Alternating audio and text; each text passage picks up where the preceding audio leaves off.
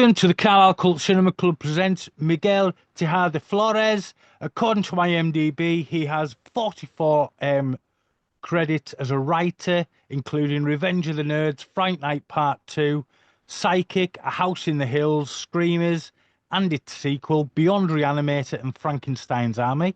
6 as a producer, 2 additional crew, one of which is the Lion King. We'll get to that later. And the rest miscellaneous. Welcome to the Carlisle Cult Cinema Club presents Miguel Tejada Flores. Hear, hear, and what about the Carlisle cult? Let's hear it for the Carlisle cult, an evil group of people in the northern part of England or Britain who engage in cult-like activities of an unspecified nature. And Well, that's just why, talking to people who are in movies, cult or not, or TV shows, or just that way inclined. Talk to everybody, mate. right, that's So what he let's. says. He says he's just talking to everybody, but is he really sending out secret signals which worm their ways into the brains of the listeners and viewers and take them All over? all we can do is hope. All we can Yeah. do is hope. So let's start then. It's a pleasure. It's an absolute pleasure having you here. You wrote some absolutely fantastic things that I watched a lot, to be honest. Especially 2 of them, believe it or not. But Oh, God. anyways, no, 3 of them. But we'll get to that. So Oh, good. before Revenge of the Nerds, what did you do? How did Oh, you well, come up in the? Well, before Revenge of the Nerds, about a million years ago, when I was a young and ignorant and foolish individual, which now I'm an older and ignorant and foolish individual, so that's the only difference. Um, uh, I went to the university and then I graduated, amazingly enough, and I wound up studying literature in Paris. And then I moved across the channel and spent a year in London studying film and cinema at the old London Film School in Covent Garden, which is in a banana factory here, a former banana factory. And I would have finished the diploma course there, which is a couple of years, great place. And London is a wonderful place for many reasons and a strange place. Uh, Yeah, at the time I was going there, the London Film School, or LFS, has a lot of interesting and strange and occasionally distinguished graduates. They used to have wonderful faculty, and they, at the time I was going, which was in the mid 70s, they were struggling with their management issues. And they actually, after I spent a year there, they went belly up and went broke. So I moved back to Paris and then moved back to the United States and did various things. And actually, they reconstituted themselves and are much stronger and in better shape. And some of my former classmates went back and finished the diploma. And right. other people, there's a long list of interesting and weird graduates who came out of that place. And unlike some other film schools in Britain, the LFS always had a fairly sizable contingent of international people. And they had a film course.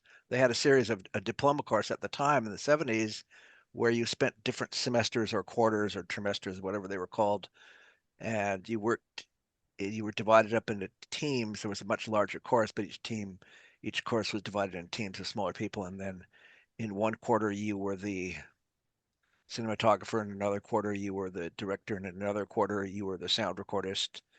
And and then there were a lot of student films made, and then at the end of the quarters they would have critiques and screenings and blah blah blah. And ironically and weirdly, the only thing which was not really taught, it was always part of it, was not taught was screenwriting. So that's weird. Right. So anyway, I got out of I survived that experience and made a couple of interesting and very good friends, one of whom I several of whom I later made movies with, um, as a writer. And then I came back to the United States, where I'm from, in spite of my last name, which is a Bolivian last name from but I'm a American. I'm, and I spent several years under the delusion that I actually, because I had done a lot of photography. That was in the days when we used to have actual, this is going to come as a shock to people. We actually had cameras which used film. You may have heard of film. You may have heard of film if you go to a museum and read about it. You would put the film into your camera and take pictures and advance the film, and then you would have to develop it in your darkroom where you could inhale massive amounts of chemicals and have your own private hallucinations. Which Nice. people still do that, except thank God now that in digital photography you don't have to inhale quite as many chemicals. You can inhale brainless things, but apparently or whatever. So I spent some time trying to work as mainly as a freelance photojournalist or documentary photographer, and I was not bad at it, but I wasn't. It's really hard to take great pictures, which I Mm. discovered, although I still muck around with it. And at a certain point, long story short, well, we got to shorten this, otherwise we'll talk for hours. But you were the one who asked the question, so it's all Paul's fault, everybody. That's true. Yeah.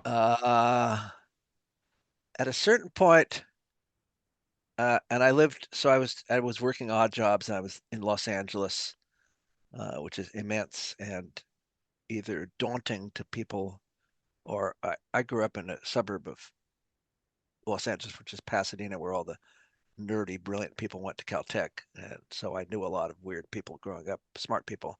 And you drive around a lot in Los Angeles, and Los Angeles is a complicated, weird place to live or to try to live. And there are good things about it and bad things about it. And I couldn't quite make a living as a photographer, and I was working part time doing other things. I was a pizza cook at one point, and then I had a job for several years. I was a tutor. I had my degrees in literature, and the joke at film school, actually, even though I didn't finish film school, the joke at film school was that you could go into the toilet to take a crap, and on the roll of toilet paper, each roll was printed film school diploma take one. So that was all the good that your film school diploma was going to give you, or your degree in literature. And Yeah. I wasn't quite certain what I wanted to do. And then I met a friend of a friend who had this really cool job. Oh, man, what a great job. This person actually, they worked for studios, motion picture studios, of which there were a lot in Los Angeles at the time, still are. And they actually read a bunch of junky novels and scripts and wrote book reports on them for the benefit of their employers, who were the largely illiterate but wealthy studio executives or suits. But all you had to do was actually be literate, be able to read fast, and be able to write a synopsis. And I thought, Yeah. God, what a great job. I could do that in my sleep because I had a degree in literature and I liked watching movies and I liked reading. So I spent some time trying, I informed myself and spent some time trying to get a job as a reader. And as those of you who've ever worked a day in your life know, uh, sometimes trying to get a job is a job in and of itself, the Yeah. kind of job you want. Very true. Um, and this was a catch-22 situation where the actual people who worked reading scripts for the studios, which was an awesome job, there was a small amount of them. They all belonged to a small local of the large Hollywood guild, craft guild IATSE, and there was a screen story analyst guild, which was an independent guild at the time, although it's been later merged into another guild, unfortunately. And to work for a studio in the story department and read scripts, which was really well paid, mind-boggling, you had to be in the union, but you couldn't get in the union unless you'd worked already. So it was a catch-22. To work, you have to be in the union, but to get in the union, you have to have worked in the union. Da, da, da. And it turned out that, and I wrote sample synopses of crappy books, paperbacks, which you would buy in the drugstore if anybody remembers what a book is. They have them in museums, I believe, Yeah. Something unlike like Cinema that. Club. Do they have a Carlisle cult book club where they go and steal books from No. museums and read those? Because I hear there No, are they don't, books. I'm afraid. I hear there, and I think there are still bookstores, although I don't know what they sell them because people don't read books anymore. What do they sell them? Drugs um, or beer? Are they really pubs? We've got a few decent bookstores in Carlisle that do quite well. So Anyway, so I wrote several synopses, and then the art of being a writer is you write the book report could be 1 or 2 pages or 3 or 4, and then you write your comment where you're analyzing it and saying whether it would make a good movie or TV or yeah. whatever, and you're doing your best. And I wrote several sample ones, And even though I wasn't in the union, I couldn't apply for a job, but I sent them to all the story editors who were the suits, the literary suits who ran the tiny little story department and worked for all the execs and producers. And most of them were really nice and polite because they were nerds too. This is Yeah. before the word nerd became popular. And they said, "Thank you so much, Miguel, but we can't give you a job because you're not in the union." Turns out there's all these, as unions work, lowest pay level is A. Then if you work for a while, you get up to B, and you get more and more, and you finally get up to F. And there were only 100 members in the union, and every summer people would go on vacation or they would have nervous breakdowns or go crazy. So there would be every once in a while there would be job openings at the studios where they would hire replacement people. And when they hired replacement people, they would hire you at a rate. They were allowed to hire non-union members, and if you put in your 30 days, then you could join the union. And I got in at Right. Paramount. Actually, I got in Oh, at nice. Paramount, and the gentleman at Paramount was really sweet and thoughtful and intelligent executive who was from England, who was a generous and kind man, and he liked my sample work. And also, he liked talking about weird places in London, which we both knew because I'd spent time in London. So we would chat about London, which was an advantage. Also, at the time, most of the people in this union were of the white Caucasian variety, which technically I am too. Although because my father was from Bolivia, I have a Spanish surname or last name, which technically in the United States makes me a member of an oppressed minority. So, which is ironic Very true. since my ancestors who were wealthy conquistadors or warlords in Bolivia were actually the oppressors. But in the United States, I am a Latino, and being a Latino helped me get into the union because at that time, certain unions were totally Caucasian and white, and they wanted to have more people in them who were people of color or people from other distinctions, including so-called Latinos, which is a meaningless term anyway, because what does it mean? You speak Latin? No. You speak Yeah. Spanish? I mean, what the hell does let's not, we won't get started there, but so I actually, long story short, I did my 30 days and I got into the union. And I spent some time working there, and it was only a temporary job. And then I worked at several other unions working temporarily. And then at a certain point, I wound up working at getting hired at a large, independent, huge television studio, which later was absorbed into Warner Brothers, called Lorimar. And Lorimar used to do, Oh, they were yeah. I remember Lorimar. privately held company. They did 8 is Enough. They did Dallas. They did Knots Landing. They did a bunch of very, very successful television. I guess you'd call them soap operas. And they coined money. And there were a couple of gentlemen who ran it. And one was a very smart executive named Lee Rich, and he was legendary in being able to create and sell shows to networks. And his partner, who was his financier, had come out of financial backgrounds, a gentleman named Merv Adelson. And I think Merv was more of the impetus. They decided to branch out into film production or film development production because they had a lot of money and wanted to make some movies too and Yeah. make money. And so they began a film division, and I wound up getting hired as they always had a story department where they read a bunch of crap, but what they read a bunch of television scripts, and I wound up working in the film division. And essentially, by the way, for those who don't know, you probably do now, and everybody knows what people who read scripts do and are. But back in the early 80s, which is when I got my first job in the late 70s and then early 80s, and I worked for several years at different studios and wound up settling at Lorimar. Um, Essentially, the way it works is there's a lot of executives for the studios, or it could be a film studio or a television studio. And then there's also people who aren't executives who work for the company, but who have deals, who are producers, and they're also part of the family, so to speak. And all of those people are soliciting or looking for material all the time. And so they're talking to agents all the time. And the agents are sending them dozens and scores and hundreds of scripts. And of course, the agent is trying to persuade the producer or the executive or the suit Yeah. that their script or their book to be adapted or whatever is just the best thing ever since like buttered toast or whatever the fuck, or who knows. And of course, the people who they're trying to persuade to look at it, they're running around and having fancy lunches and dinners and having meetings all the time. It's not really that they're illiterate, which is the joke that readers like to make. Many of them aren't, and some of them are. But the fact is, they all are overworked. They all have a million things to do. And somewhere way down at the bottom of the list is a list of all these scripts they're supposed to read. And they have to read the scripts because they have to go to the big meetings of weekly meetings where they discuss the potential new projects and everything with their bosses who are higher up. And they have to actually act like they read all the scripts, even though they don't have time to read them, even if they wanted to. So the readers fill a necessary gap because the readers write succinct book reports, which allow the executive or producer or whoever to get a sense of what it's about. And there's an art to writing book reports.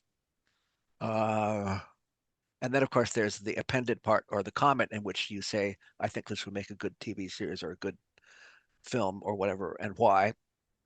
The synopsis is always longer. People who run story departments, or even if there's not a story department, or the people that readers work for, in general, they know that what they value is not so much the comment as a good book report, because you want to get through the material so you know what the hell it was about, so you can figure out whether you have to read it or not, and or talk about it intelligently or semi-intelligently or fake it well. And at a certain point, I succumbed, and I was really good at it. I could write my synopses quickly, and they were interesting, and I could write compelling. I could write intelligent and compelling comments, which made people think. Although in general, readers have an immense negative power. If they say this sucks and it's a piece of shit, then that's it. It goes into the trash heap, and then the person says, "Thank you very much, but go fuck yourself" or whatever. But if the reader says this is really great, that generally means that someone else further up the totem pole or the ladder will have to read it. So the readers don't, it's not really a positive power, but it's the definite negative power. And at a certain point, long story short, I became convinced that, and some of the scripts I read were mind-bogglingly brilliant, and some were good, and some were well written, and many were just illiterate and just terrible. And at a certain point, I foolishly started to think, gosh, the book reports or synopses that I'm writing are actually better written than most of these piece of shit scripts. I could be a writer. That's a big mistake. For those of you who want to be writers, just don't do the same thing. It's really awful because then you go down the garden path and you think there's going to be roses, but there's something else. So I started, long story short, I started writing. I also wanted to be a novelist, and I wrote a couple of unfinished manuscripts, which were really weird and interesting. I thought they were interesting. And a good friend of mine who I used to play, we had a bunch of friends, we played baseball every weekend, just a bunch of weird lunatics. A good friend of mine was also a writer who started writing scripts, and he'd moved to LA from Midwest, from Cincinnati, Tim Metcalf, and Tim and I became good friends, and we decided we'd both written scripts by ourselves, and they were interesting scripts because we wrote one or two scripts. And we decided we would start writing scripts together because it would be fun, and then we could talk through them, and we would be a writing team, which of course has the advantage that you have someone else to bounce your stupid ideas off, and you can argue, and maybe it'll be better or maybe it won't. Who the fuck knows? And so this is the background of how I started evolving as but the cool thing about being a reader and being in the studio is you make a good living. You definitely pay your rent. You can't quite buy a house yet, but you almost can. I wound up and I wound up at a certain point. I moved up through the ranks because I was a very good reader, so I became a story editor, and later on I became friends with a really thoughtful and an intelligent producer of character who hired me to run the development for his small, independent but well-financed company. And I wound up spending several years there, and both supervising and helping create other literary materials, basically being a story executive myself, and teaching writers to write, even though I didn't know how to write myself. And at the same time, because anyway, and also writing several scripts and producing a movie or two, which was weird. Anyway, the first one, when I got hired at Lorimar, the man who ran the film division, the television division was huge. The film division was tiny, and it was a gentleman who had run several other studios and was thoughtful and intelligent. He was from the East Coast.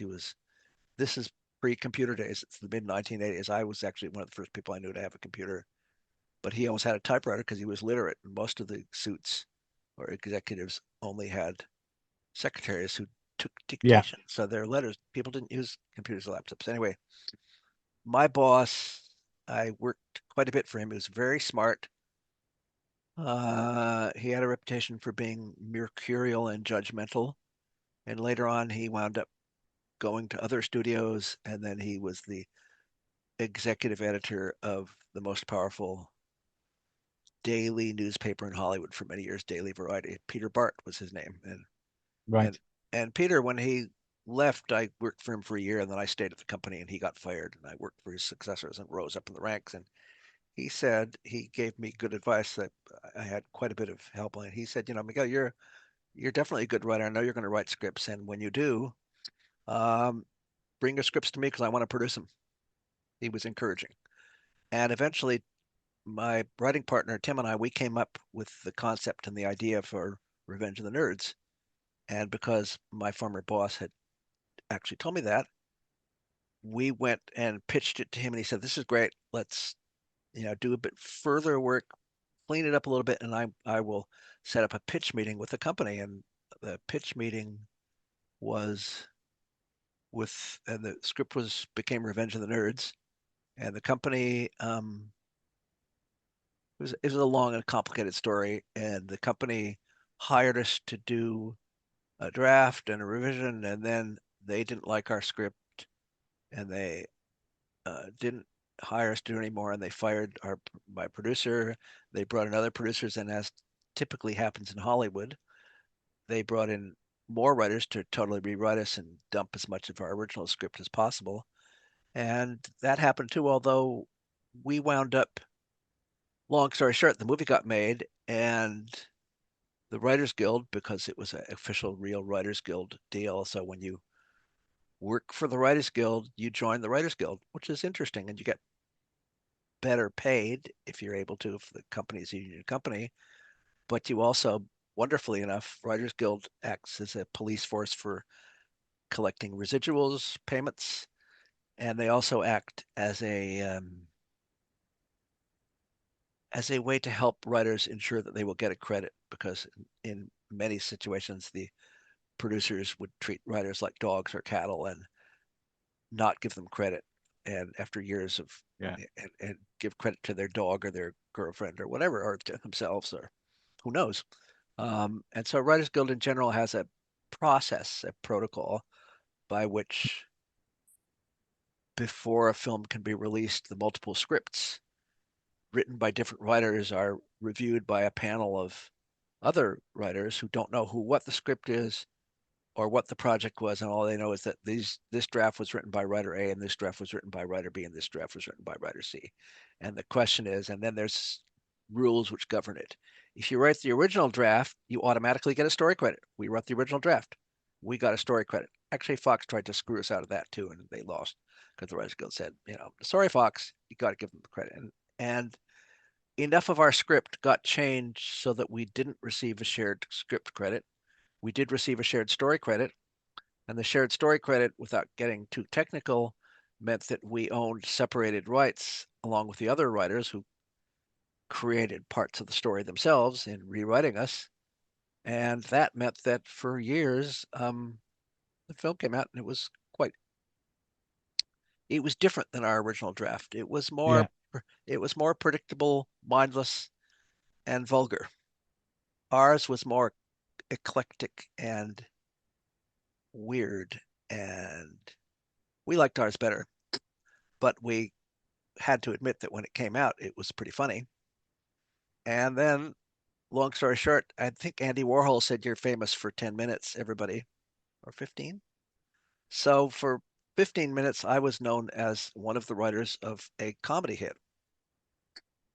which then meant that people thought I was a comedy writer, so I started getting work as a writer. Of course, technically speaking, the fact that I'd been rewritten by another team of writers Yeah. who'd really contributed most of it, that was a minor issue, but it was real.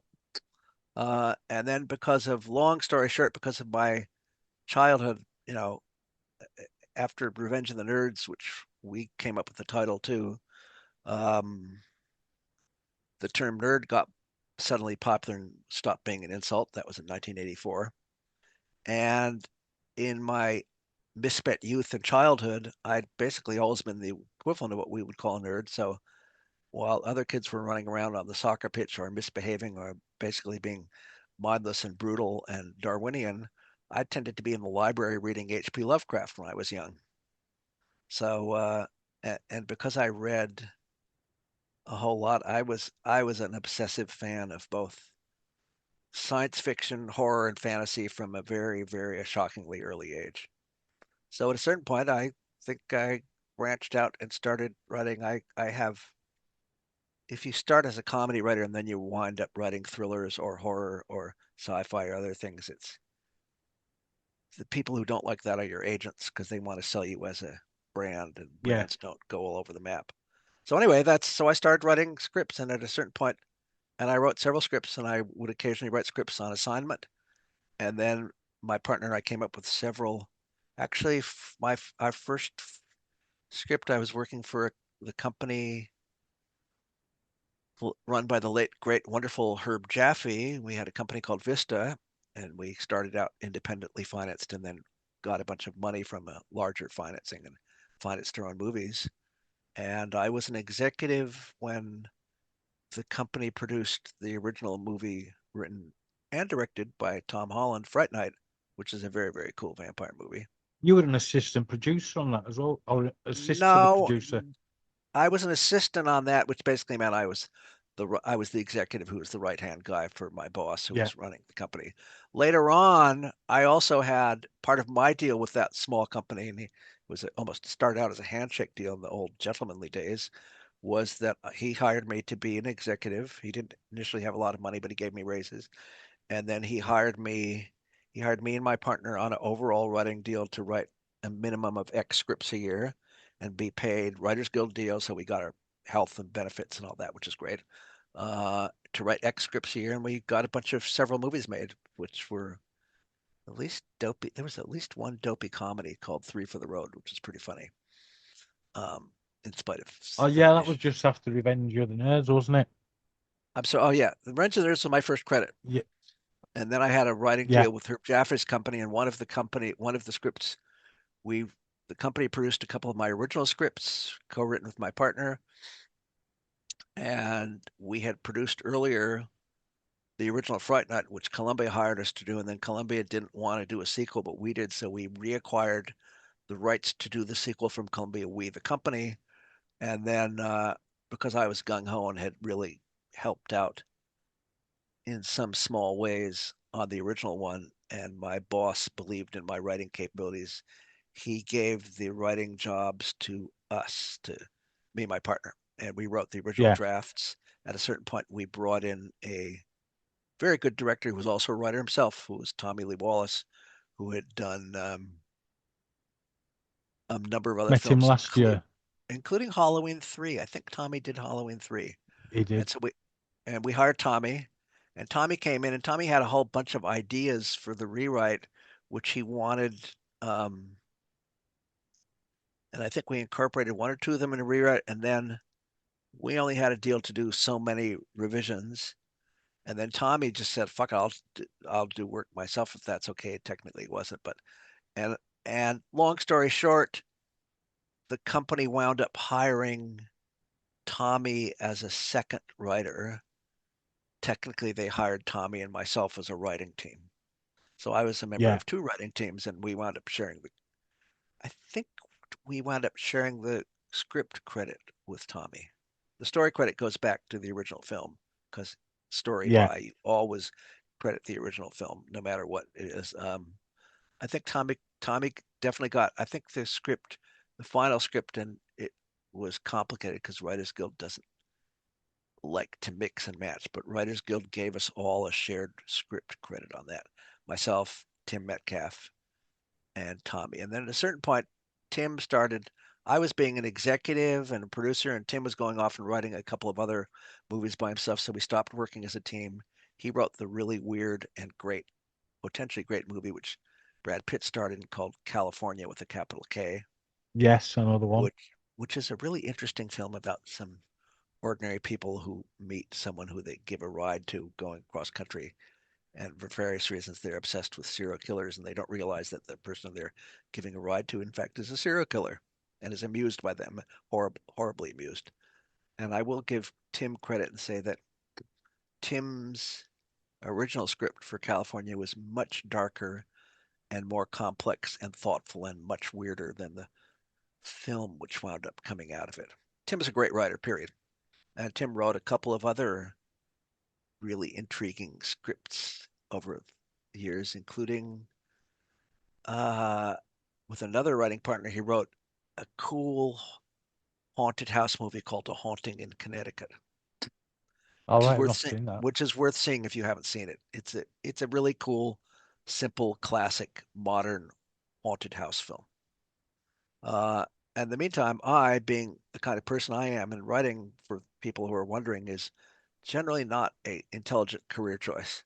It's a sort of a mental disease, and you don't write because you, well, those who do write because they want to be famous or rich are actually often do not become writers, because writing involves obsession with characters and stories. So I'm Now, obsessed with character and story. So I started writing a bunch of other movies as well, and then we can go on from there. There, that was a long answer to a short question. Jesus, yeah, man, don't worry about it. I'm So we've not. kind of covered Oh Revenge. God, oh no, Paul, no. Okay. We've covered kind of Revenge of the Nerds. So a bit about Fright Night 2. Um, were you gutted because it didn't get promoted properly because of the whole Menendez brothers debacle? Them Well, murdering the mum and what dad. happened at the end was, at the end of that, at the end we did Fright Night, and at the end the company, which had been independently financed and then was publicly financed, had spent a lot of money both financing a number of films over several years, some really great films and some not so great ones, and also had spent a bunch more money co-investing in its own distribution company, which just sucked up way too much money and was not a smart idea. And so, long story short, after a couple of years of producing some relatively inexpensive films, some of which were good and some which weren't as good commercially speaking, the company was running out of cash, and it needed an infusion of cash to keep on going. It had overspent in ways which were probably not the smartest. And so the company was about to go into chapter 11 and needed cash, and it was bought by the company, and they changed names a couple of times, as you mentioned, the Menendez brothers. It was called, what was it called originally? The company was called IVE, and it was one of the largest independent in the sense that they weren't owned by a massive studio or distribution company, but Right. they were one of the first large companies which made a fortune distributing. In those days, it was cassettes originally, cassettes for movies, and then DVDs later on, and blah blah blah. So Fright Night 2, since the company was going out of business, part of the deal to sell the aftermarket, we had to have a brief release date, theatrical release, before they would release it. And at the time, Vista, the Herb Jaffrey's company, did what was called, I think it was called forewalling, where the company, even though there wasn't, the distribution people had gone broke, they set up a minimal distribution in a couple of cities, and it did actually very well in minimal distribution, even though to get people to come see movies, you have to have ways to get them to know about the movie, which in those days was print advertising, usually TV advertising. And the company didn't have any money for advertising, but it did a brief theatrical release, and then a massive a massive well a massive video release, and the company Yeah. was incredibly successful. And I've, coming back to good old Writers Guild and whatnot, good old Writers Guild, you get these little checks in the mail every month or two or a week or two, and there's a check, and you get X dollars from Revenge of the Nerds and X dollars from this and X dollars from Fright Night 2. And Fright Night 2 has been kind to me, as has my sci-fi thriller later on, Screamers. And just which we'll briefly, get to. briefly, as I was spending a couple of years being I was a hyphenate, a triple hyphenate, as they say. So I was an executive of the company, and also I was a screenwriter writing, and I had a writing deal with the company. The company got my first output. And then I was technically also a producer because I produced two movies. One of the movies, which I took a production credit on, was Fright Night 2. So if you look on the film, you'll see, and I think Fright Night 2 should be coming out one of these days with a real re-release. It got caught up in re-release hell for a long story Yeah. short, but a really, really cool movie. To make a long story short, Oh, it's a very great movie. I'm cool. a massive fan, and I'm quite proud of what I did in that movie. And the other film which I produced, I wound up developing a film from an unknown writer who became a close friend of mine who was out of UCLA Film School. And essentially, the film which he pitched to me and then he wrote, and he pitched it. We made the deal, and then the writer's strike intervened, and he went off and did a road trip and came back to us after the strike ended with a draft, and then we developed it further, and it was mind-bogglingly brilliant and weird, and from a commercial point of view, hard to classify, which didn't possibly make it the best investment for the company. no, Uh, it's a film which I highly recommend to everybody, though it's not a horror film, though it has supernatural elements. It's a punk rock western called Dudes. Like, dude, brilliant film. yo, I dude, know it. brilliant film, directed by Penelope Spheris, who's a That's right. mind-bogglingly brilliant director, and everything. And after Dudes, it's a punk rock western. I won't say any more about it except to say it's in release now, both well in the United States and North America. It's re-released by Shout, which is a huge Yeah, and they're released on legitimate. Blu-ray, They're which I've huge got. and legitimate. They're huge and legitimate, and you can buy DVDs for them, or you can buy uh, digital versions. And long story short, it's a great punk rock western. Randall, after he did that movie, he got hired to do the Doors movie, which he wrote for Oliver Stone. Brilliant freaking writer. Penelope went on to do Wayne's World. Penelope is such a Yes. brilliant director, and the guy who he actually asked Penelope if he could be her cinematographer or DP. He wound up becoming. He has 3 or 4 Oscars for Robert Richardson. Bob Richardson was our cinematographer on that, and we could barely afford him, and he has 3 Oscars for best cinematography. So that is a film. It's a unique, weird, hard to classify film, which is wonderful, and we finally got it released years after it disappeared, and it's worth looking at, even if you're not a hardcore horror film. So Yeah, there, the Dudes is great fun. So yeah, we bounce yeah, forward a little bit. 1993, House in the Hills. Um, what a cast! Directed by Ken Wiederhorn, yeah, who you co-wrote it with, or bounce back and forth. I don't know how these things work. And it's got more twists than a Cadbury's Curly Whirly, and yeah. it is Ken Wiederhorn, who has finally stopped directing films, was a brilliant independent film director and producer, and he made a handful of I thought they were brilliant horror films, he including did one of the sequels to not Return of the to Living Dead. yeah, he did a Return of the Living Dead film. He did a handful of really cool films, and I tried to do various films with him when I was a suit at different studios, and we became friends. And at a certain point, we said, let's write a script together, and we wrote the script. And we wrote the script, and we were just having a hell of a time trying to make the movie. And then, for various reasons, Ken, who is an ingenious human being, wound up discovering that there was a deal where most of the production film money would come from big European financiers. It only cost a couple $1 million.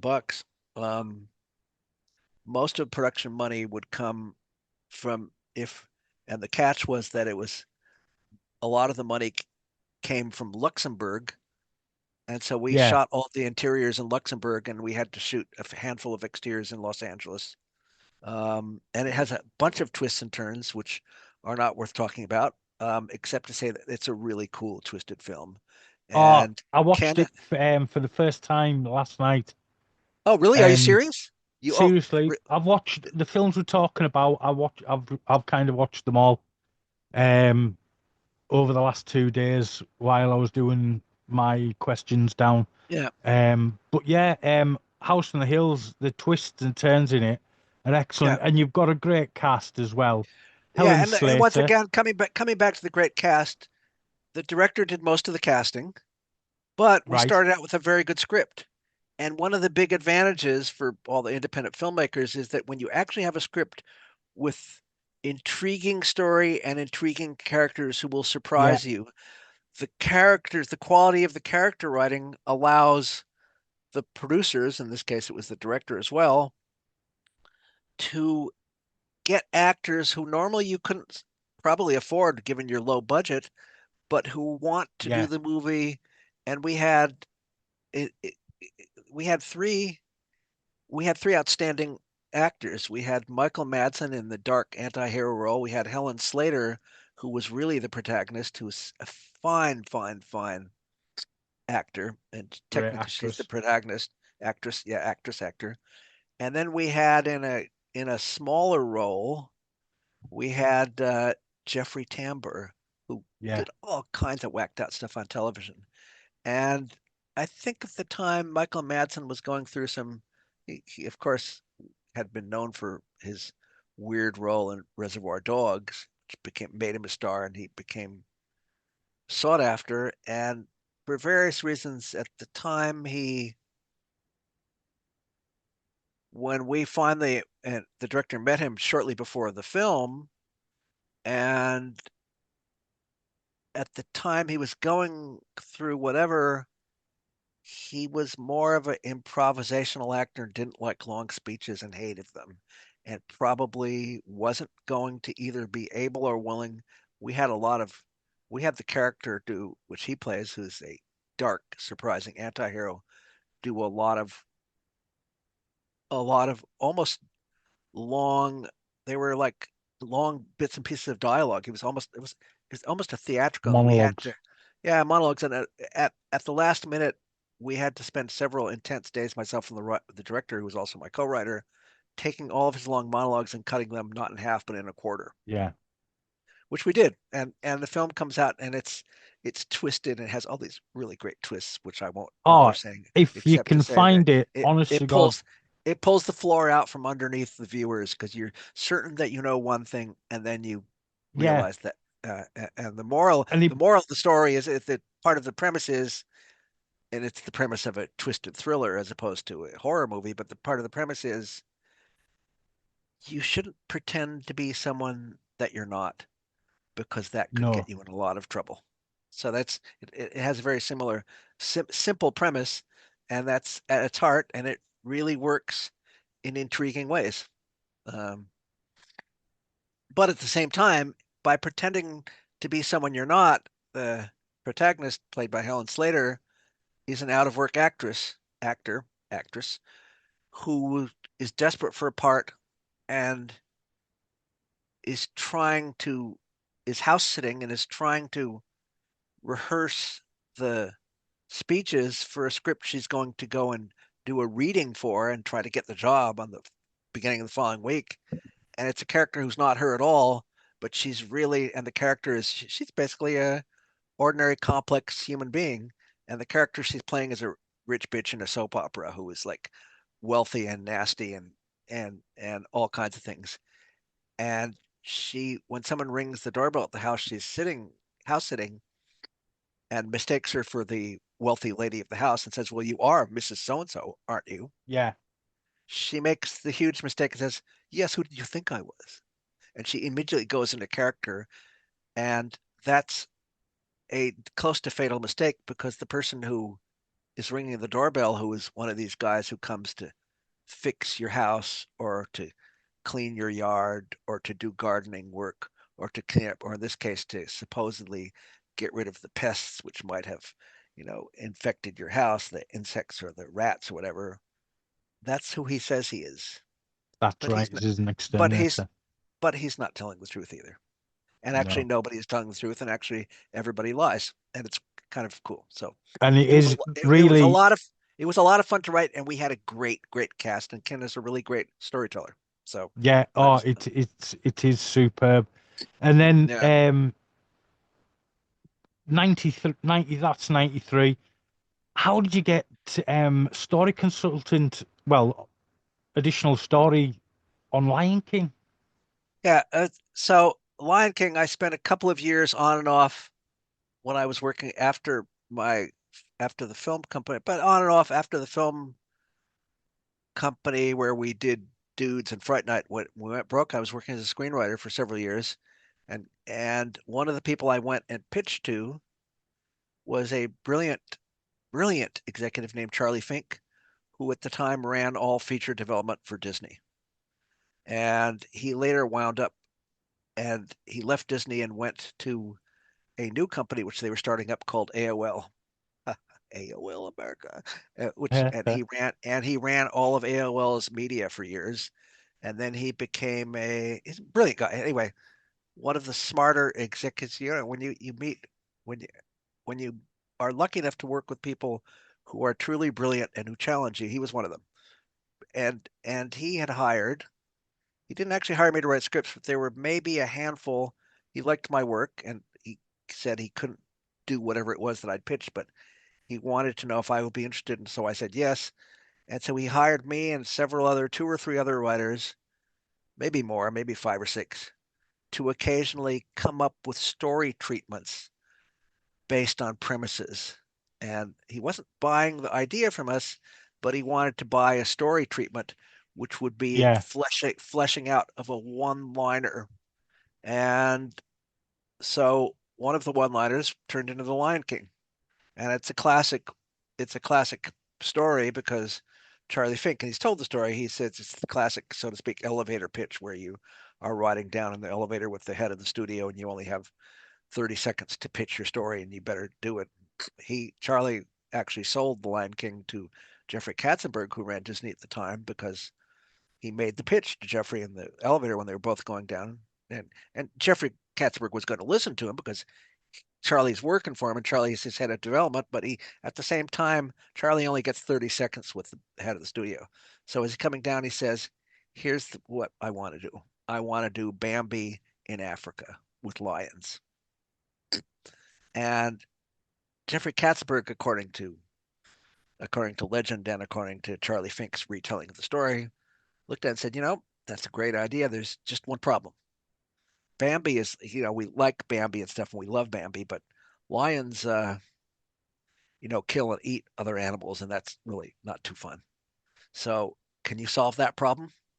If you can solve that problem, then we'll do the movie. And Charlie Fink said, no problem.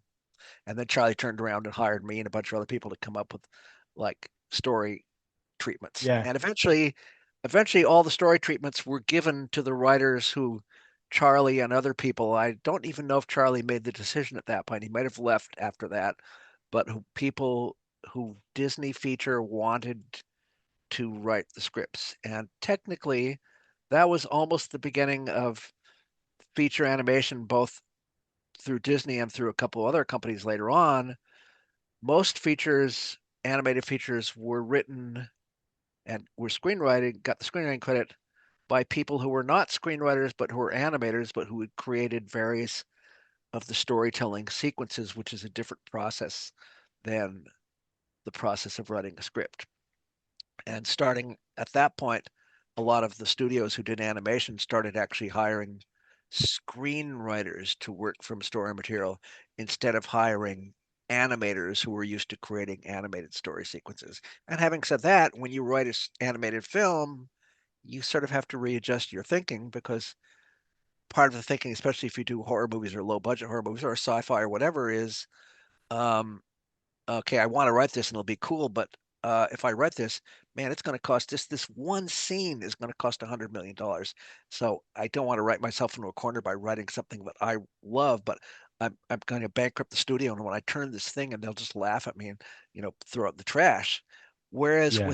with animation, technically, if you're creating the equivalent of an incredibly expensive movie scene, it's no more or less expensive than any other animated scene. So you can write anything you want, and it doesn't cost a penny or more than something in which nothing complicated. So the rules and the budgetary rules and constrictions of live action writing do not apply. And that was one of the things Charlie taught me. Not that I've written any animated films either before or after, but I've always wanted to, and I love animated movies. So, and so whatever. So, so that was the process. And I was as surprised as anybody. I knew they hadn't hired me to write the script, but I was surprised and pleased that they gave me an additional story material.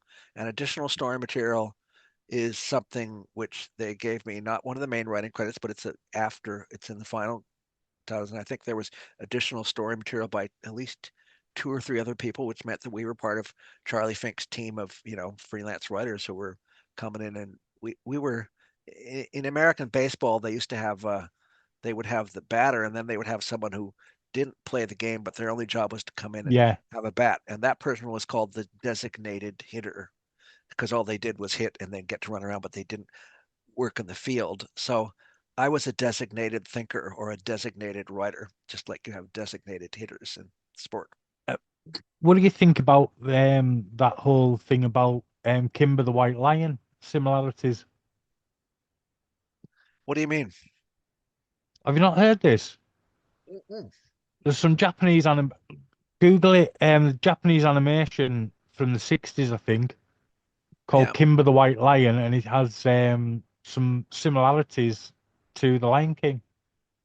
I would guess that they're full of Even shit. some of the shots from the cartoon. Well, that's a Uh, whole that's a whole other story, and they might have borrowed things from it. But aye. in terms of how the story comes about, it's nonsense because basically, um, I know I never heard of it or did it. And everything I Well, came you've up not with was obviously heard of it until everything now. everything I came up with at the time I was doing my version of a treatment was original. I'm pretty certain that's true of all the other writers.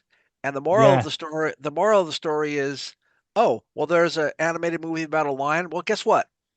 The people at Disney Animation might have seen that, but the people who are creating story elements for them certainly never freaking saw it. no, So that gets you into the complicated area. It's why studios and companies won't read material unless it comes from a recognized agent. Why is that?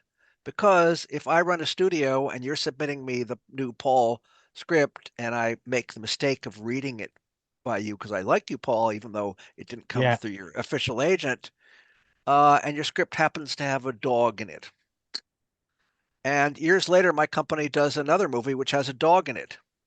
At that point, you and your lawyers come and sue my company, which is a successful company, and you say, you ripped off my dog idea. You owe me $10 million or $50 million or $5 million. Actually, we don't, because we developed the dog idea from someone else. It was a totally different. And actually, every year there are not dozens, there are hundreds of dog movies, and you have no idea. You thought your dog movie was original? No, it's not. But on the other hand, when it finally gets to the court, the judges will often see it differently, and the judges will say, looks like Miguel's studio ripped off poor Paul and with his dog story. And so, long story short, it probably will be easier for us and less expensive if we pay you a small yeah, amount of money and get rid of you. Well, that's why studios don't read stuff and because there's so many. Your original idea, aha. Well, guess what? It's probably not as original as you think. Or conversely, it's of the story material you're treating has inspired many, many other writers and filmmakers, which may come as a shock to you, but that's life. it is. So that would be my answer. Why? Also, I never saw it because I'm ignorant. So jumping up here, Screamers, 1995, based on the Philip K. Dick short story, Second Variety, Yes. and you worked on this with Dan O'Bannon. Well, I wish I had. Long story short, I got hired to do a rewrite when the film was in pre-production. The Right. person who hired me was the producer who at that point was a friend of mine, and I had written one or two other inexpensive, not originals, but rewrites, maybe original, I can't even remember, really inexpensive horror thriller or slasher horror movies Right. for Tom Barry, who's a Canadian producer and a Canadian film. And then I wound up coming in and working with Tom, and also the director had some input. And at that point, Tom was he was mounting during the pre-production and the pre-financing. We had Peter Weller in the lead role, and Peter Weller was the star of RoboCop, and that meant that we had a certain amount of Right. money because people thought it must make money. Um, Yeah.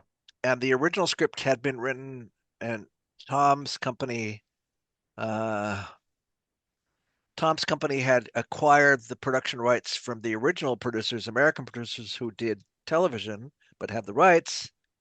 And maybe 10 years before, Danobannon had written, they'd hired Dan to write a script. And Dan's script was awesome because Dan is an amazing writer. And Dan at the time, I only talked to him maybe once or twice. Dan at the time had a reputation for being antisocial, hating everybody in film studios, not working with anybody except people he could stand, and never coming out of his house, which was more like a cavern or a cave. And he was supposed to be like a underground legendary genius dwarf or what I don't know, whatever. He had this reputation, and he was awesome. His script, like many other things he wrote, he's such a great writer, and he was in a writing partnership too for years with his co-partner. His script, his draft, early draft of Screamers was unremittingly dark, which is pretty cool. Except then there was a theory that if you're doing a sci-fi horror film, it might be nice to leaven it up or lighten it up a little bit with a bit of Yeah. humor and to create characters who are not all grim and either going to be tragic or violent or psychotic or whatever. And, maybe Dan liked that kind of stuff. And maybe some of that was in the original by Philip K. Dick, which was also of a dark nature, although it was Cold War inspired rather than anything else because it was the Russians and the Americans Yes, it was fighting Russians fighting on on the moon fighting and on the moon and stuff. But let's put it this way: Dan's draft was extremely dark, and there wasn't any chance. And there's another theory in horror or sci-fi or classic horror sci-fi that it's nice to be able to lighten the mood and laugh a little bit. And then when you're laughing, bam, that's the best moment to really scare you, which is not a bad theory. Um, so because I'd worked with the producer on several other movies, because he knew my work, he knew what I was capable of, he hired me to come in and do a massive rewrite. And the rewrite would essentially take the character, change the plot somewhat, and take the characters and create moments in the characters when the characters would be surprising and we could have humor and other things. So it would be taking, I won't say that Dan's original script was one dimensional, but it was heavily on the dark side and to yeah. create moments. And the actor, he wanted real dark stuff too. He liked the dark stuff and he was hesitant to accept rewrites. But long story short, and I did a lot of work there and I wound up going back and forth and spending time in Montreal, which is a wonderful city and also is very cold in the winter. And it was shot up in Montreal too, up in Quebec province. Um, and so I wound up getting, long story short, there were only two writers who were ever hired. There was Dan, he wrote his draft, and then there was me, and I wrote several other drafts. At a certain point, the producers hired someone else to rewrite a couple of drafts for production, technically, but the only people who wrote the major drafts were me and Dan. So I think it was a Writers Guild education or whatever Writers Guild decision, but the Writers Guild was pretty simple. They gave the script credit to me and Dan. And I did talk to Dan once or twice and called him up and said, hey, just as a courtesy, said, hey, I just wanted to tell you I've been hired to do a rewrite and I just love your script. And I was a fan of Dan's for a million years before I talked to him. So we didn't really talk that much, but so we didn't write it together. He wrote the first Right. draft, and then a dozen years later, I wrote most of the production drafts. And Uh, it's a great film with some great stop motion effects for the Yeah, screamers. yeah, and it should have been like there's scenes when, and then they get into you can debate. God, and Christian Duguay, he did an awesome job, right, with both directing and creating the movie. He's a great director in many, many ways. And then there's certain moments which I look at them and I think, God, it should have been a little bit scarier. And it should have been like the moments when all the without giving too much away, there's a lot of what appear to be the same young person marching towards someone, and it's an army of human-like clones who all look the same, and they all look like a teenager. Yeah, And so now you get into the thing of is that really scary, or is it scarier when people move really fast and come at you? Uh, yeah, and that what is it that actually makes people afraid in certain moments? And there's other cool moments, like if I'm sitting talking with you, Paul, and Paul is talking with Miguel, and we both become convinced that one of us is not the real Paul or the real Miguel, but one of us is a evil clone designed by evil, brilliant killing machines to take the place of Paul or Miguel, and deceive the other person long enough so that I can infiltrate them and then murder them and take over them and then whatever. So if you think I'm that person, you might want to kill me, but or you might come up with a plan that because I'm an android, if you grab me and before you kill me, you took your knife and cut my hand open, that would be the test of whether I was an android or not, yeah. because humans can bleed and androids can't, right? Except, of course, then the twist is later on we discover that, oh, androids, actually, these advanced androids can bleed. They can do everything. So it's typical. It's got horror elements and it also has Blade Runner-esque elements, as many Philip K. Dick things do. And we had a very good cast to begin with, great director, great producer, inventive. The film cost at the time 10 million bucks, which was a lot of money for an independent Yeah, production, but it was cheap for an effects film. So, yeah, it's a it's and a the effects are great in it. it's a film worth looking at. It's a film Yeah, worth seeking out, even centuries later. How many centuries ago did we do it? Whatever, a few centuries maybe. and then a little bit further on, you got involved with Brian Usner in Spain, where you done a little bit of work on the script for Faust, and you done a total of four out of the Right. 9 films with Fantastic Factory.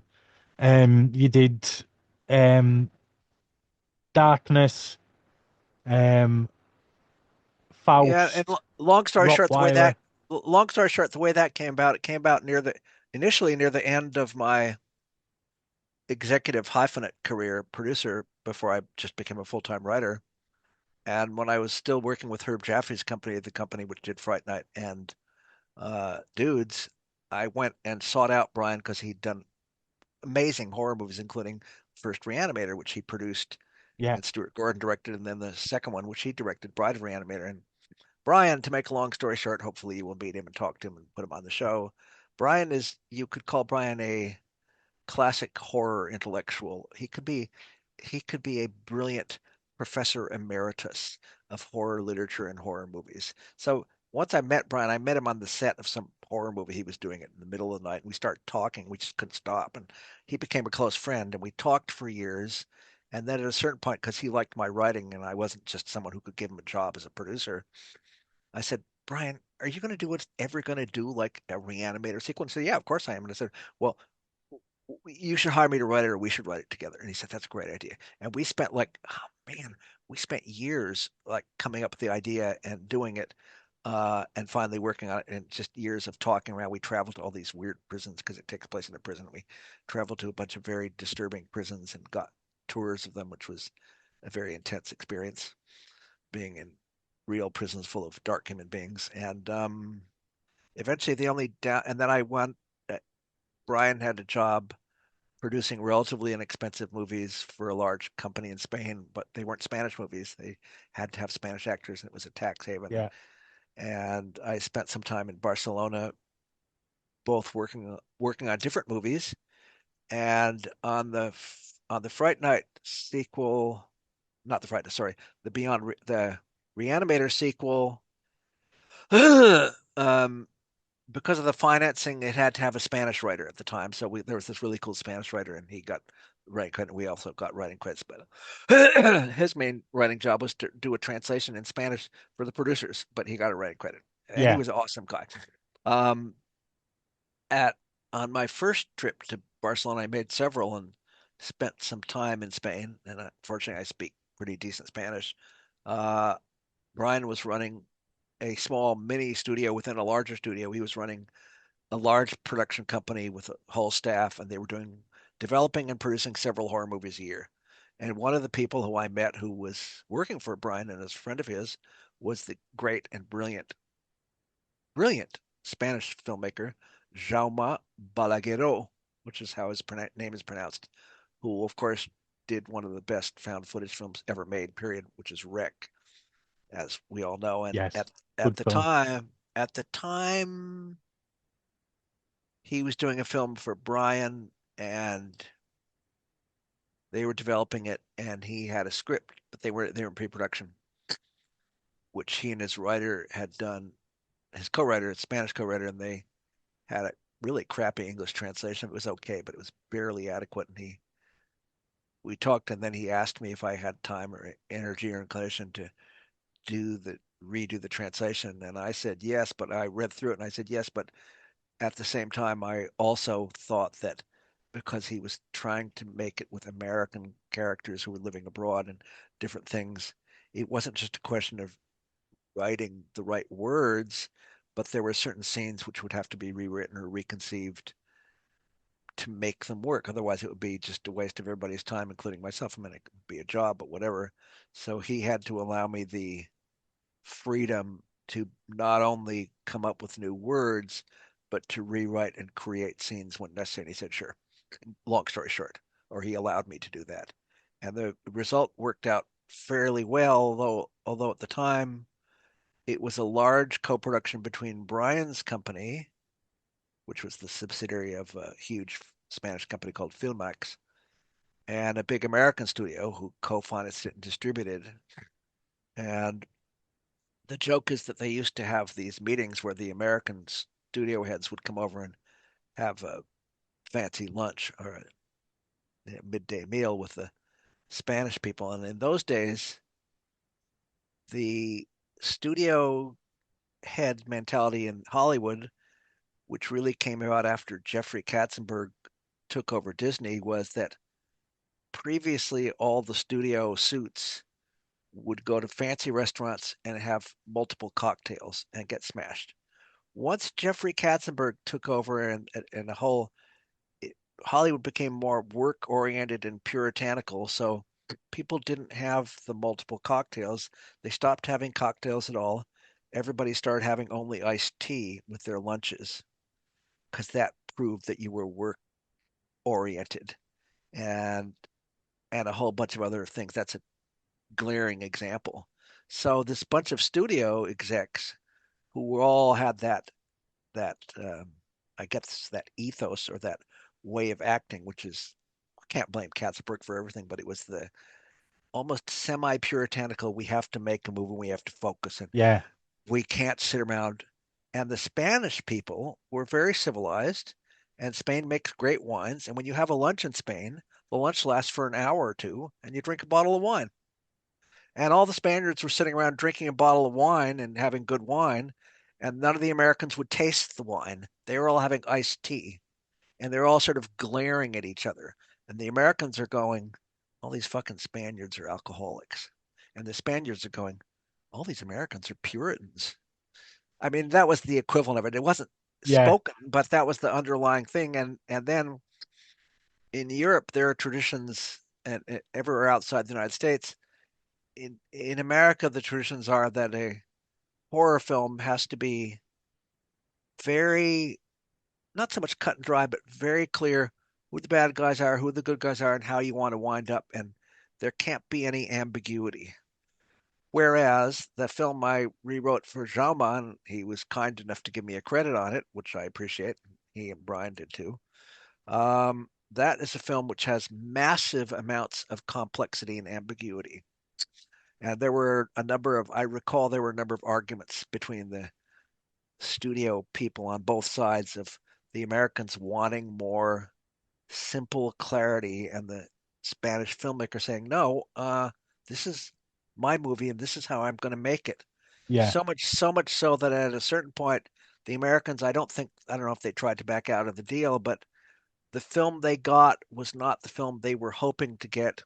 And as a result, I don't believe it was strongly, shall we say, pushed in its American release. No, I don't think Which a is lot of those fantastic factory films were kind of pushed, to be honest.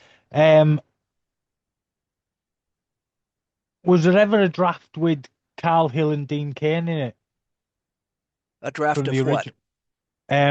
Beyond Reanimator, was there ever a draft of it where you had Carlisle, who was the doctor, the head, I and think at that I think at that point he'd already died. right, So I don't believe that. I think he had died a year or two before we were even shooting. I think either that or either that or he just wasn't part of it. Whereas what's the name? The actor who plays the Reanimator, Jeffrey, he yeah, was always part of it, and he's such a great yes, actor. He's magnetic, and he's also an icon to horror fans, and he's just it, a lot of fun. And it would he's be a great hard for anybody he's a else to play and Herbert he West. well yeah, but and interestingly enough, I live in a small town. I travel all over and do films and stuff everywhere, but I've lived in Southern Oregon for several decades, and Southern Oregon in Ashland is home to the Oregon Shakespeare Festival. And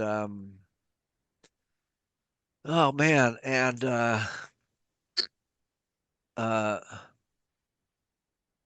Jeffrey Combs, who's such a great actor. Oh, Jeffrey he is. Combs, he spent years as a member of the OSF theatrical company doing Shakespeare and doing other stuff. He's a great actor. Yeah, no, he is. He's an incredible actor. So He was also after, don't forget he was also what's the name of the guy who does? Do you remember the horror film The Frighteners? yes, yes, he's in that as well.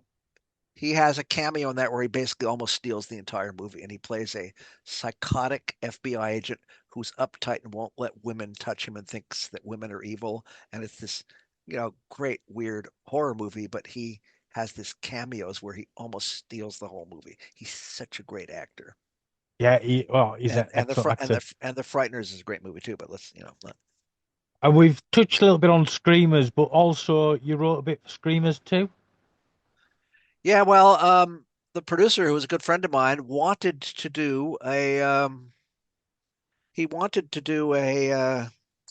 sequel, and the sequel would be relatively low budget because it would be financed. The original was, closer to 10 or 11 or 12 million bucks, and the sequel was maybe 2 or 3 million bucks max. The sequel was a low budget Canadian low budget horror movie. It was the original was done with studio backing, and it was a studio release initially, and then you know It's home got some video half release. decent. I quite enjoy. I watched it for the first time today and quite enjoyed it, I must say. Yeah, Um, and then it, moving on a it, few it years, the sequel has a lot of good things about it. yeah, Uh, it's low budget. It was shot by some someone. great gore effects. Yeah, it was shot by someone who has a previous history of doing. God, what's his name? The director. He's a he was and had been a gifted low budget director, an intriguing filmmaker. What the heck is his name? Sorry, my brain is rotting out. No, it's all right. Man, this is just terrible. Uh, Sheldon eh, Wilson. yeah, and Sheldon is a filmmaker worth looking out for. Uh, he's worth looking for because he's all of his films are very cool. Um, and The only thing which arguably there are a handful of good performances, there are a handful of great effects, and then there are a handful of performances which are all right, but which don't totally rivet you and blow you away.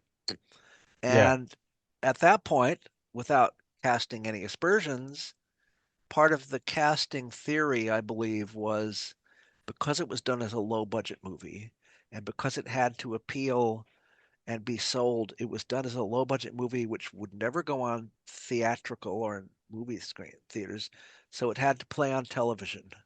So the important thing in the cast selection from the conservative, financially oriented production approach was to get a cast of actors who would have what used to be called high TVQ. TVQ yeah, was the shorthand form for this person ranks highly in both domestic American and international television markets as someone who, if they are in a film, if they are in a series or a television made for television film, it will be more popular. So in yeah, a weird way, the casting was done with a view towards, and if you have the cast supposedly more bankable television stars in your film, then you can make more money on the pre-sales, which is your guaranteed money of no matter what. So as a result, you can make an argument that at least in one or two of the roles, the casting should have been yeah, it could have benefited from some more eclectic and unusual and acting only choices as opposed to who can we get who can help with the pre-sales. And you need to give the actors those moments too, and maybe the script didn't do that, but I just remember some frustrations on my part. And having said that, dude, I'm just the writer. Although later on, if we ever get to the my last zombie series credit, I was also the producer we and will be. responsible for the casting. Good, okay. So And I'm so just yeah, after Screamers 2, Frankenstein's Army, right. And um, The Frankenstein's Army story, which is highly recommended if you haven't seen it, oh, it's excellent. a totally unusual and weird damn film. That I'd grew out seen of the original short back when that was first released. yeah, that Frankenstein's Army came out of my friendship with Brian Usna and spending a lot of time with Brian making movies and talking with him. And Brian, for on several of his movies, hired an independent and gifted independent Dutch filmmaker to do title sequences. Richard Raphorst is basically, I guess he was a conceptual and lead artist, and he made his living, still makes some of his living, drawing pictures of cool stuff for Yeah, people who want cool illustrations in advertising and publicity, mainly, and other things. And he also being a dyed in the wool appreciator of horror in all its forms. Richard was obsessed with weird kinds of horror and zombies, and Richard did several inventive, which are almost like mini films in and of themselves, title sequences for some of Brian's horror movies. And at a certain point, Brian said, "Hey, Miguel, you should talk to Richard because he does these side scenes for me thing, and he's working on a script, which is it's sort of a zombie post-apocalyptic script, and they got the script to a certain point, but they need a rewrite, and it might be a good conversation for all of you guys to have, and you'd like each other." And at a certain point, I started talking with Richard, really liked him. We both clicked. We talked about a million things, and the first project I was trying to do with him was one called Worst Case Scenario. And Worst Case yes, Scenario is a it's not a post-apocalyptic zombie. It's about a zombie outbreak in a small island in the North Sea of Europe, and of zombies who were hidden years ago after World War II, but break out. And we couldn't. I actually did several major rewrites. Richard had an existing script and it had some problems, and we became friends. And I wanted to work on it with him, and I tried. And then, long story short, I wound up working for several years on it with him, and we got some financing initially from different Dutch sources who were national sources who helped Dutch filmmakers develop their projects. And I went over to Europe and spent some time there walking around all these weird places in the North Sea where they have Nazi bunkers and who knows what's underneath them. God, all that stuff is real. It's totally whacked out. And we tried to do that for a long time and couldn't. And eventually, for collectors, Richard wound up taking the same idea of worst case scenario and creating a totally whacked out graphic novel comic, which is so Right. whacked out. It's amazing. I think it's sold out. It was kickstarted. All the copies are gone. And if you can ever get a copy, it's worth killing to get. It's so great. Anyway, so we were frustrated because we spent years working on this and then nothing happened and we did different rewrites. And then at a certain point, uh, we both came up with the idea, it was Richard's mainly, but then mine, that we should do what became Frankenstein's Army. And I was free at that point. So I wrote most of the first draft in a month and then gave it to him. And then I had to go do other writing projects and I couldn't do the rewrites. And he brought someone else in who was a good writer and did the rewrites.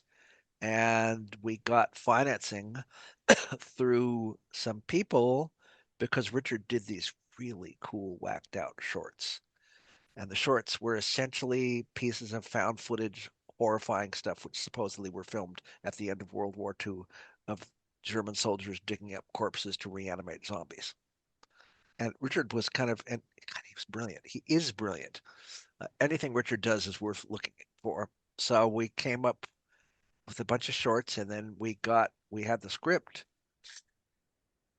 and the script is totally whacked out. It's dark and bizarre, and somehow we Oh, got it's a great film, some, twisted so, yeah, and take on the somehow Frankenstein legend. yeah, we did amazing production stuff in it for $2 million, which was more than they wanted to spend, but they loved it so much. And the stuff which we did in that movie, which is on the screen, is whacked out. And it starts slowly. It's quite dark, and then there's just all these kind of brilliant, bizarre things. You know, you've heard of zombies and you've heard of robots, but what if the brilliant Nazi Combined designer them both. who happens to be the grandson of the original Dr. Frankenstein, what if he was obsessed with mechanical things? And what if he made his combined elements of machines with his reanimated zombies and then just, take it from there and drink a couple of beers and see what crazy shit you can come up with. And it's worth watching, and it's worth watching multiple times. It's Yes, it's it it is. It's excellent, gory, bloody, brilliant and movie. fantastic practical special effects as well. And then Yes, it was that almost takes us to yes. 2021. SOZ, Soldiers or Yeah. Zombies.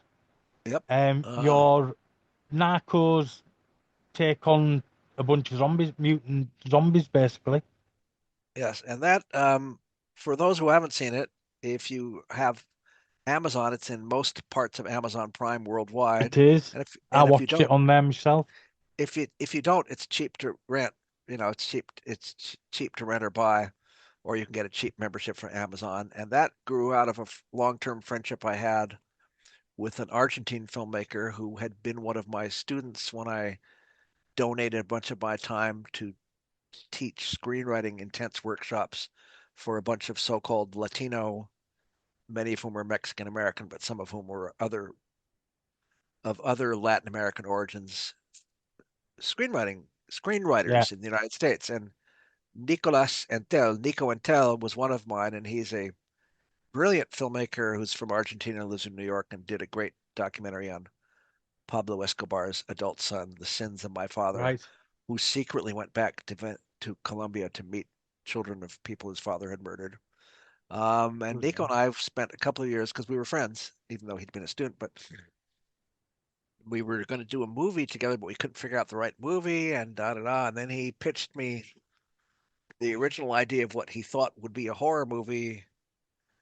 And he said, Miguel, I just don't really know anything about horror. I don't understand it or like it. I know you love horror, but we should do this together. And I go, give me a break, because people who don't like horror, they're the worst people. you know. Then they tell you Yeah, something they think it's scary and it's stupid and cliched and you've heard it a million times and just you're very wasting much your so. time. Just even talking to them is a waste of time. But Nico's a good friend of mine, so I go, okay, Nico, just what's it called? And he goes, well, the title he said is Narcos versus Zombies, and I go, fuck, what a great title. I'm in. Let's do it. We didn't even have a story. So we came up with a bunch of stupid stuff, which we wound up discarding pretty much 99% of, and then we changed it around, and then we wound up coming up with the essence of what became that story. And we had actually made an initial deal to develop it with the international division of YouTube, who wanted to become Netflix, which they never quite have, which is good or bad. No, they failed. They give up. YouTube But they studio stopped. they had an international division at the time, and they gave us some they gave us some backing to do a budget and to do a test to do a we created the story and the outline in a very detailed outline, which was impressive for people who liked horror, and it was impressive for people who didn't understand or give a shit about horror. We did that ourselves. We'd done that ourselves, and YouTube gave us enough money to put together a budget and to do some tests, which we did with the best horror special effects monster creator in Mexico, Rob Ortiz, who's an amazing guy. And actually, when I first met Rob, he loved Beyond Reanimator, and the guy who did our monsters in Beyond Reanimator was Screaming Mad George, the great Japanese animator in LA. Yeah. And he goes, "Wow, you work with Screaming Mad George? He's like my hero." Because Anyway, he's done a lot of stuff in the 80s, like the Freddy legend, films. legend, Yeah. legendary Japanese horror monster creator who lived in LA and talked with a heavy Japanese accent. Anyway, so YouTube gave us some money to do some tests and stuff, but they didn't want to do it. And fortunately, we had optioned it to them, but the option we had a turnaround provision when they decided not to go forward. And my associate Nico, when he did a documentary about Pablo Escobar's son, he had spent time in Colombia, and he had met the guy who started the company which did Narcos, which was extremely successful and still is at the time. And so at Nico's suggestion, Nico talked to that gentleman and asked him if he wanted to partner with us on a zombie series. And the Narcos people had never done a zombie series. And he goes, "Yeah, that sounds like a cool idea." And because we had then powerful partners who were responsible for a successful series, Yeah. when we went to Amazon Mexico, which is different than Amazon United States, because we did the whole thing down there and out of the country and da da da, but out of my country. But when we approached those people, they loved the idea, and basically hired us right away. Made a deal, sat down, and the Narcos company, ostensibly their Mexican subsidiary, not the company's Dinamo, and Dinamo Mexico was our production entity. But the vast majority, they didn't really have too much to do with it. I mean, they were there and we used their facilities and they were great, but Nico did most of the responsibility. Nico was the physical showrunner, and I was the person responsible for the scripts. And we had a bunch of, but we had most of the ideas worked out. We had excellent writing. And then, without giving anything away, I had worked on another film in Mexico with one of the whacked out, talented theater actors in Mexico, Silverio Palacios. And he was the one actor I had in mind because he's this gifted, weird older guy, and he plays a key role where he transforms from a faithful, loyal servant who will give his life to protect the young son of the young, almost fatherless son of the narco chief. And when he becomes a zombie and wants to kill the boy he loves, who's the bodyguard, he also is a zombie with memories, and he's almost ripped apart by the physical memories of the love he had for the child who he's now as a zombie trying to kill. And our zombies, just without going into detail, are not living dead. They are a intriguing byproduct of a U.S. military experiment gone awry, That's right. whose goal is how to allow battlefield soldiers to survive longer on the battlefield. And the brilliant scientist who did this weird, kind of like the reagent chemical in Reanimator, but he comes up with the equivalent of the reagent. And because he's a brilliant, brilliant scientist, he's also obsessed with the work of the. He's obsessed with the work of Jean-Baptiste Lamarck, who was the 18th century rival to Darwin, and he's also obsessed with, because he's trying to help soldiers live forever, even though he's just a scientific nerd. He's obsessed with the fact that the best soldiers in the world are army ants who kill everything they encounter Yeah. and move on. So he actually puts army ant DNA into the reagent so that when it, long story short, and I won't give any more of it away, but when you get infected by it, you don't die and come back to life. You actually change because of biological complexity. And the process of changing, where you're becoming more of an insect in human form with multiple characteristics of your biochemistry, which are much closer to those of army ants than of human beings, when you change, that process probably may kill you. So if you survive it, you're not so much a living dead who wants to shamble around and eat brains, but you are a new species who wants to move around and kill anything that moves according to Yeah. the dictates of your biology. And then we took a few liberties, but we came up with No, enough. We came up it's with enough whacked out, vaguely intriguing scientific details so that people who like that kind of stuff can really have fun with figuring yeah. out I what mean, the hell is going on. it's excellent, and it is on Amazon Prime. Uh, it's a That's yeah. SOZ, Yeah. Oh, yeah. Soldiers And or Zombies. SOZ. So at a certain point, the cast and the the distribution people in Amazon Mexico, they didn't want to call it Narcos versus Zombies because they said, well, that makes it sound just like a horror story. And we said, well, it is a horror story. And they said, no, no, no, it sounds like a cheap horror story. And we said, but it's fun. And everybody we told it to laughed. And they said, no, no, no, we have to have something different. We have to have something more mature, more sophisticated. I don't know what they said. And so we said, well, when you're in trouble, you yell for help and you yell SOS. But if you're in trouble from what you think are zombies, you would yell SOZ. We thought that was funny. We sort of laughed. And they go, oh, that's pretty good. And then they go, but what does it mean? And we go, we just told you. It's it's like an in joke. And they go, Yeah, yeah, but what does it mean? And we go, we just told you. And so they thought about it for a while, and then they came up in their infinite wisdom with, well, it'll say SOZ, soldiers or zombies. That's what it means. And we go, okay, although it sounds kind of crazy if you think about it. SOZ would be better than SOZ, soldiers zombies, but when the marketing people are running the yeah, show, then the tail is that's wagging it. the elephant.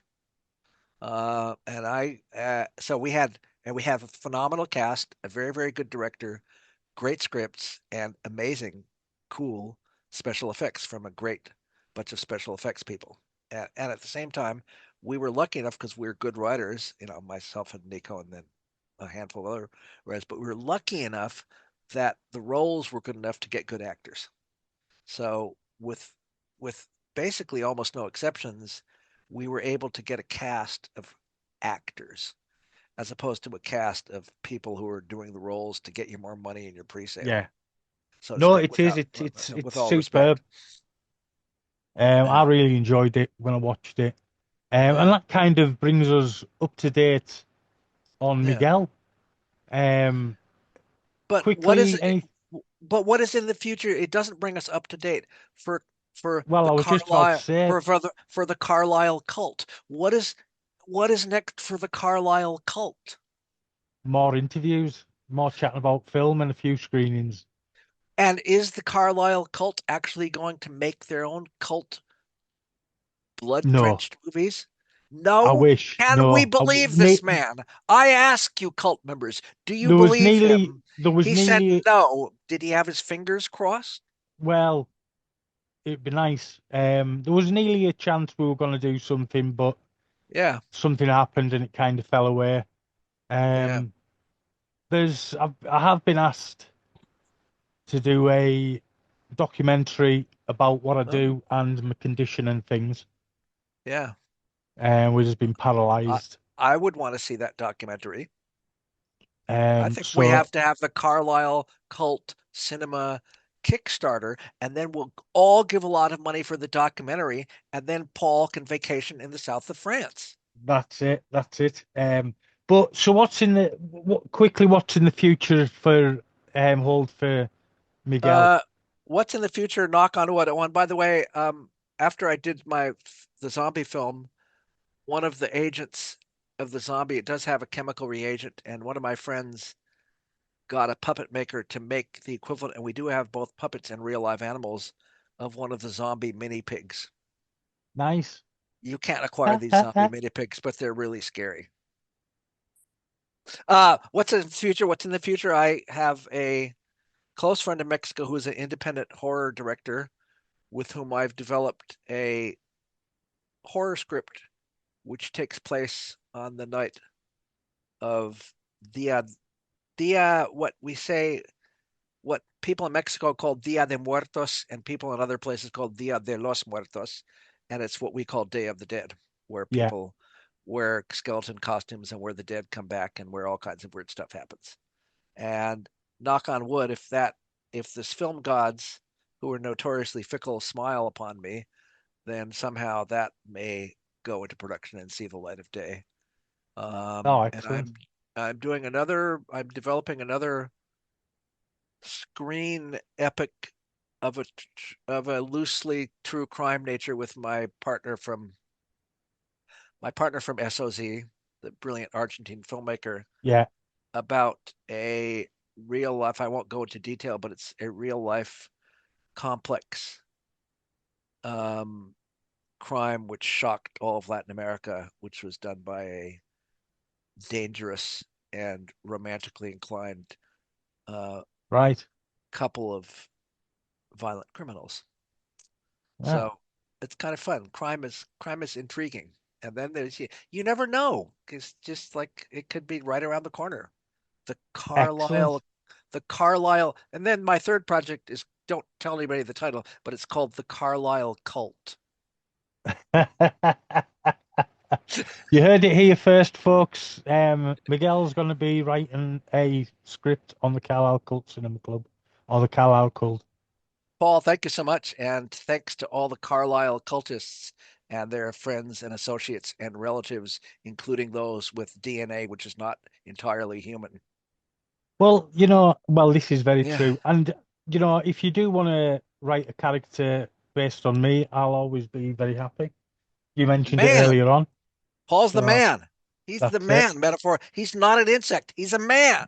I am a human being. But Thanks.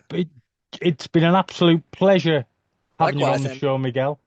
and time just Um, flies, didn't it? it Just does. just It's went by. definitely flown, and we've done a good show, an hour and a half plus. Yeah, Thank you very really. much That for no, thank you.